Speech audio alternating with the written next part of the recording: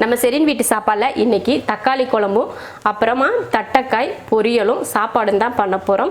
இது வந்து ஒரு சில ஊருங்களில் தட்டைக்காயின்னு சொல்லுவாங்க, ஒரு சிலர் வந்து இது காராமணி காயின்னு சொல்லுவாங்க. நம்ம தட்டைப்பயிர் வந்து குழம்புலாம் செய்வோம்ல காராமணி, அதோட காய் தான் இது. அதில் தான் நம்ம பொரியல் பண்ண போகிறோம்.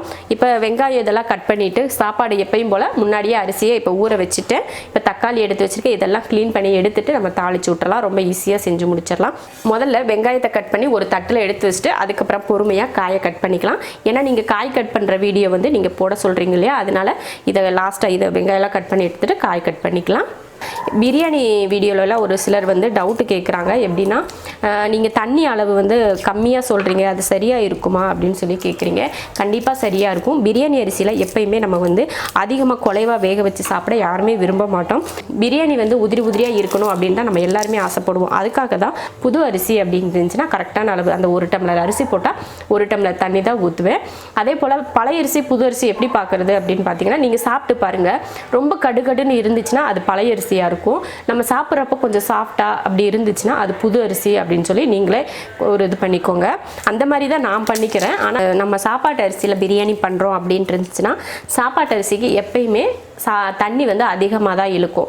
அதனால நீங்கள் 1 டம்ளர் அரிசி போட்டிங்கன்னா 2 டம்ளர் தண்ணி ஊற்றணும். நம்ம சாப்பாட்டு அரிசிக்கு மட்டும் அந்த மாதிரி ஊற்றணும். பிரியாணி அரிசினா 1க்கு 1 ஊற்றினா போதும், உங்கள் அளவு கரெக்டாக இருக்கும். இப்போ வெங்காயம்லாம் வெட்டி கழுவியாச்சு, வெட்டி எடுத்துக்கலாம். பெரிய வெங்காயம் வந்து நான் பொரியலுக்கு எடுத்திருக்கேன், சின்ன வெங்காயம் வந்து குழம்புக்கு எடுத்திருக்கேன். தக்காளி குழம்புக்கு வந்து நீங்கள் பெரிய வெங்காயம் கூட யூஸ் பண்ணிக்கலாம், அது உங்கள் விருப்பத்தை பொறுத்து வெங்காயம். நான் வந்து சின்ன வெங்காயம் தான் அடிக்கடி அதிகமாக யூஸ் பண்ணுறதுனால சின்ன வெங்காயமே எடுத்துட்டேன். பொரியலுக்கும் வெங்காயம் வெட்டிட்டு குழம்புக்கும் சின்னதாக கட் பண்ணி எடுத்துக்கலாம். இப்போ வந்து குழம்புக்கு வெங்காயத்தை வெட்டியாச்சு. ஒரு 15-20 போல் சின்ன வெங்காயத்தை வெட்டியிருக்கேன். நீங்கள் பெரிய வெங்காயம்னா 2 வெங்காயம் வெட்டிக்கோங்க. பூண்டுப்பல் அதை கட் பண்ணல, ஏன்னா சின்ன பூண்டாக இருக்கிறதுனால கட் பண்ணல, அப்படியே வச்சுக்கிறேன். இது வந்து குழம்புக்கு, இது வந்து பொரியலுக்கு கட் பண்ணியிருக்கேன். இதையும் ஒரு தட்டுக்கு மாற்றி வச்சுக்கலாம். தாளிக்கிறதுக்கு தேவையான வெங்காயத்தெல்லாம் வெட்டி எடுத்துட்டோம். அடுத்து நம்ம காய் கட் பண்ணிக்கலாம். ஏன்னா இந்த மாதிரி நாரெல்லாம் வரும் காயில், அந்த நாரை முதல்ல எடுத்துக்கோங்க. 2 பக்கமும் இந்த சைஸ் போதும். அப்போ தான் நம்ம வந்து பொரியல் வந்து எடுத்து சாப்பிட்றதுக்கு நல்லாயிருக்கும். அதனால் கொஞ்சம் பெரிய சைஸாகவே வெட்டிக்கோங்க.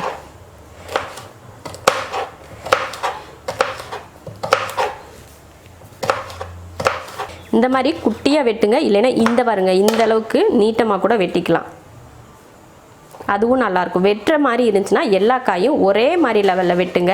ஒன்று பெருசாக ஒன்று சின்னதாலாம் வெட்டக்கூடாது. அப்போ தான் காய் வந்து ஒரே மாதிரி வேகும். நான் இப்போ சின்னதாக தான் வெட்டுறேன், அதனால் சின்னதாகவே எல்லாத்தையுமே வெட்டி எடுத்துக்கிறேன். நீங்கள் வந்து அந்த மாதிரி கொஞ்சம் பெரிய சைஸாக கூட வெட்டிக்கலாம். இப்போ எல்லா காயும் கட் பண்ணி எடுத்துக்கலாம்.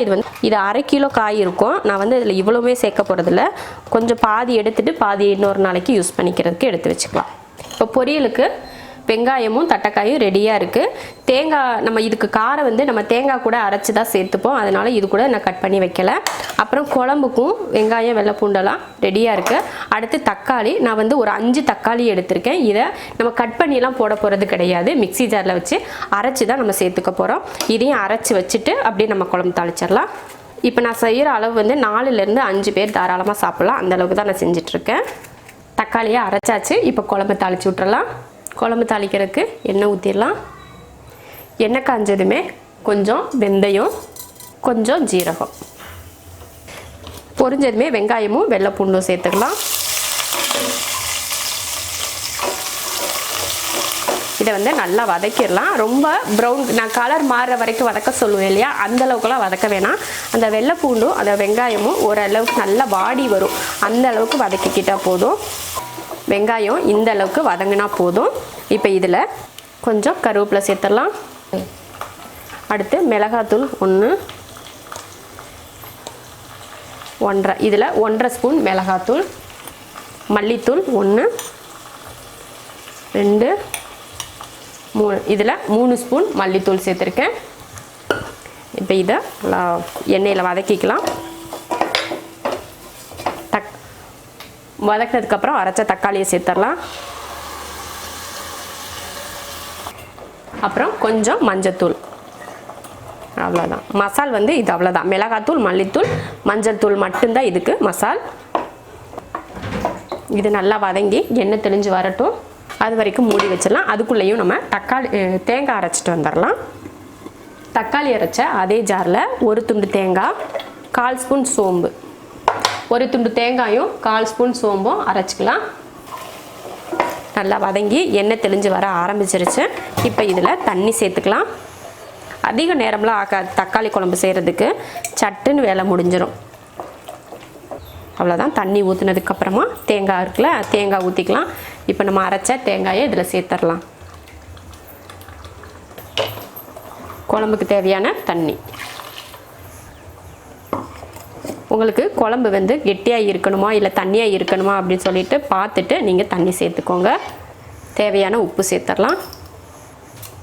அவ்வளோதான். இந்த அளவுக்கு தண்ணி ஊற்றிக்கிட்டால் போதும். குழம்பு வந்து ஓரளவுக்கு கெட்டியாக இருக்கிற அளவுக்கு தான் நான் குழம்பு செஞ்சுருக்கேன். அவ்வளோதான். அதிக நேரம் இது வேக தேவையில்லை. ஒரு 3 நிமிஷத்துக்கு வேக வச்சுட்டா போதும். அடுத்து தட்டைக்காய் பொரியல் பண்ணுறதுக்கு ஒரு துண்டு தேங்காயை இது போல் கட் பண்ணியிருக்கேன்.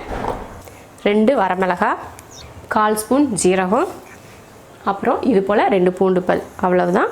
இதை வந்து ரொம்ப வலுவலுப்பாக அரைக்காமல் ஒன்றும் பாதியமாக அரைச்சி எடுத்துக்கலாம். குழம்பு தாளித்து விட்டுட்டு நம்ம பொரியலுக்கு தேவையான தேங்காயும் இந்த மாதிரி ஒன்றும் பாதியமாக அரைச்சி வச்சாச்சு. இப்போ குழம்பு வந்து நல்லா வெந்துருச்சு. இது லைட்டாக சிம்மில் வச்சா போதும். அதனால இந்த அடுப்புக்கு மாற்றி வச்சுட்டு இதில் பொரியல் பண்ணிக்கலாம். சாப்பாடையும் இப்போ வச்சு விட்றலாம். தண்ணி ஊற்றி உப்பு போட்டாச்சு. குக்கர் மூடி போட்டுடலாம். சாப்பாடு வச்சு விசில் போட்டாச்சு. 3 விசில் விட்டு ஆஃப் பண்ணிக்கலாம். இப்போ குழம்பை வந்து இந்த அடுப்பில் மாற்றி, குழம்பு வந்து 3 நிமிஷம் ஆச்சு வேக வச்சு, அதனால் வெந்தது போதும். அதில் வந்து காய் எதுவுமே நம்ம சேர்த்துக்கல. அதே போல் மிளகாத்தூள் மல்லித்தூளை முதலே போட்டு வதக்கிக்கிட்டதுனால அதிக வேக தேவையில்லை. அதனால் இந்த பக்கம் மாற்றி வச்சுட்டு பொரியல் பண்ணிக்கலாம். ஏன்னா சிம்மில் வச்சா கொஞ்சம் எண்ணெய் தெளிஞ்சு வரும் இல்லையா, அதுக்காக தான் இப்போ மாற்றி சிம்மில் வைக்க போகிறேன் இந்த அடுப்பில். இப்போ இதில் பொரியல் பண்ணிடலாம்.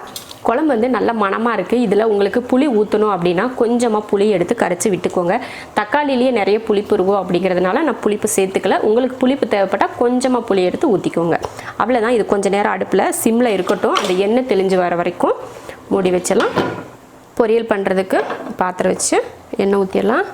எண்ணெய் ஊற்றி எண்ணெய் காஞ்சிருச்சு. அதில் கொஞ்சம் கடுகு உளுந்து, கடுகு பொரிஞ்சதுமே வெங்காயம், கருவேப்பிலை.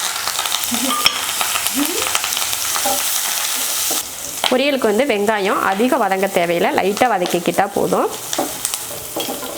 இந்த அளவுக்கு வதக்கியாச்சு. வதக்கினதுக்கப்புறம் காய் சேர்த்துக்கலாம். கொஞ்சம் மஞ்சத்தூள், தேவையான உப்பு நல்லா கலந்து விட்டுறலாம்.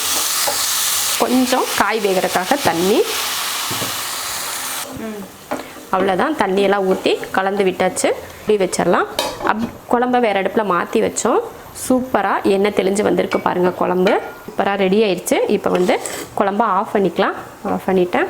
நம்ம காய் வந்து தட்டைக்காய் வந்து தாளித்து வேகிறதுக்குள்ளே இது சாப்பாட்லேயும் விசில் வந்துடும். அப்போ சரியாக இருக்கும் டைம். ரொம்ப சூப்பராக இருக்கும் இந்த மாதிரி குழம்பு செஞ்சுக்கிட்டு தட்டைக்காய் பொரியல் பண்ணிட்டீங்கன்னா. அதே போல் இதில் தக்காளி குழம்புக்கு நீங்கள் வந்து புளி சேர்க்குறதுனா சேர்த்துக்கலாம். இல்லைன்னா உங்களுக்கு புளிப்பு அதிகமாக பிடிக்காதுன்னா சேர்க்க தேவையில்லை. காய் வேகிறதுக்குள்ள விசிலும் வந்துடும். இப்போ குழம்புக்கு வந்து உங்களுக்கு புளி ஊற்ற விருப்பம் இருந்தால் புளி ஊற்றிக்கோங்க. இந்த குழம்பு வந்து பார்த்திங்கன்னா வெறும் சாப்பாட்டுக்கு மட்டும் இல்லை, இது இட்லிக்கும் நல்லாயிருக்கும், தோசைக்கும் நல்லாயிருக்கும். அதே போல் சப்பாத்தி இருக்கு இல்லையா, சப்பாத்திக்கு இது 3க்குமே ரொம்ப சூப்பராக இருக்கும். இந்த மாதிரி குழம்பு செஞ்சிங்கன்னா நீங்களும் ஒரு டைம் ட்ரை பண்ணி பாருங்கள். சப்பாத்திக்கும் ட்ரை பண்ணுங்கள், இட்லி தோசைக்கும் ட்ரை பண்ணுங்கள். ரொம்ப நல்லாயிருக்கும். இட்லிக்கு வந்து இந்த குழம்பை ஊற்றிட்டு தேங்காய் சட்னி அது கூட ஒன்று மட்டும் அரைச்சிக்கிட்டிங்கனாலும் போதும். அவ்வளோ சூப்பராக இருக்கும் சாப்பிட்றதுக்கு. அது மாதிரி ஒரு டைம் நீங்கள் ட்ரை பண்ணி பாருங்கள். நானும் இன்னொரு நாள் அதே மெத்தடில் நான் ஒரு வீடியோ ஒன்று போடுறேன் உங்களுக்கு. சாப்பாடு 3 விசில் வந்துடுச்சு. ஆஃப் பண்ணிக்கலாம். காய் அடுத்து என்னாச்சுன்னு பார்த்துக்கலாம். காய் நல்லா வெந்துடுச்சு, தண்ணியெல்லாம் வற்றி. இப்போ இதில் நம்ம தேங்காய் சேர்த்துக்கலாம். இது போல் அரைச்சி வச்சுக்கோங்க, அப்போ தான் நல்லாயிருக்கும். தேங்காய் துருவல் எடுத்தாலுமே இந்த மாதிரி ஜீரகத்தையும் வரமிளகாயும் போட்டு சும்மா லைட்டாக ஒரு அடி அடிச்சுக்கோங்க. நான் வந்து தேங்காய் துண்டாகவே இருந்ததுனால இந்த மாதிரி அரைச்சிக்கிட்டேன். அடுப்பை சிம்மில் வச்சுட்டேன். சிம்மில் வச்சுட்டு இதை கிளறிக்கலாம். அவ்வளோதான், கிளறியாச்சு. அவ்வளோதான், தட்டைக்காய் பொரியல் ரெடி ஆயிடுச்சு. நம்ம ஷெரின் வீட்டு சாப்பாடில் சூப்பரான ஒரு லஞ்ச் மெனு ரெடி ஆயிடுச்சு. ரொம்ப சிம்பிளாக பண்ணிடலாம் இந்த மாதிரி. இதே போல் லஞ்ச் மெனு, டின்னர் மெனு, இல்லை பிரேக்ஃபாஸ்ட் மெனு, இல்லை ஈவினிங் ஸ்நாக்ஸ் மெனு இதெல்லாம் வேணும் அப்படின்னு நினச்சிங்கன்னா நம்ம ஷெரின் வீட்டு சாப்பாடு சேனலை சப்ஸ்கிரைப் பண்ணிவிட்டு பக்கத்தில் ஒரு பெல் ஐக்கான் இருக்கும் இல்லையா, அதை கிளிக் பண்ணி ஆல் அப்படின்னு இருக்கும். அதை கொடுத்துட்டிங்கன்னா நான் போகிற எல்லா நோட்டிஃபிகேஷனும் உங்களுக்கு வரும். நீங்கள் உடனே என்னோடய வீடியோவை தொடர்ந்து பார்க்கலாம். இப்போது சாப்பாடு ரெடி ஆயிடுச்சு, சாப்பிட்றதுக்கு போகலாம்.